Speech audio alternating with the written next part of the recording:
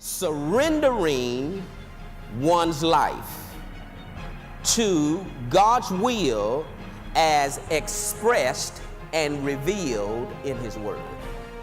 Surrendering one life. I surrender. God's not gonna take my life and put it under His will.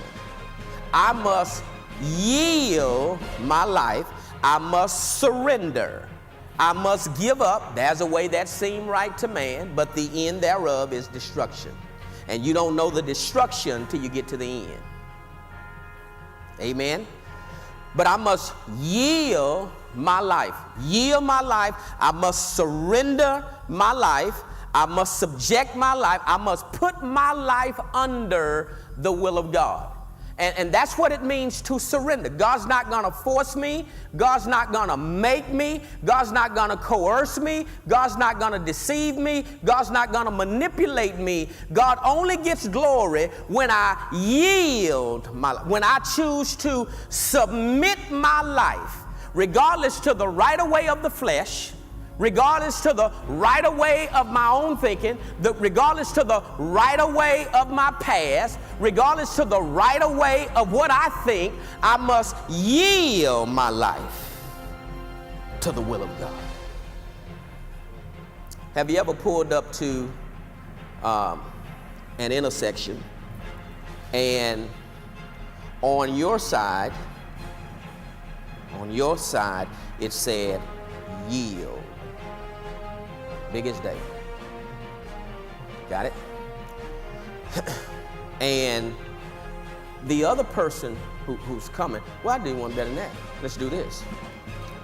You pull up to a stop sign, four-way stop sign. Now, you get there first, all right? And because you are there first, what do you have?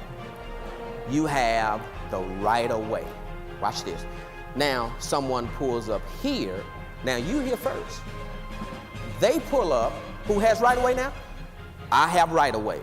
So, I pull out because I have what? Right of way. But they choose not to stop.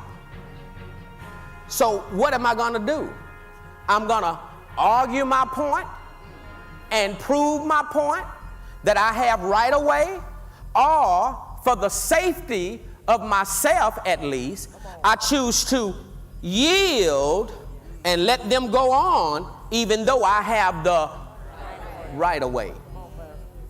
So when we talk about yielding to God, when we talk about yielding to the will of God, you have your own way of doing things, and you made your mind up long time ago, this is what you're going to do. You made your decision ahead of time.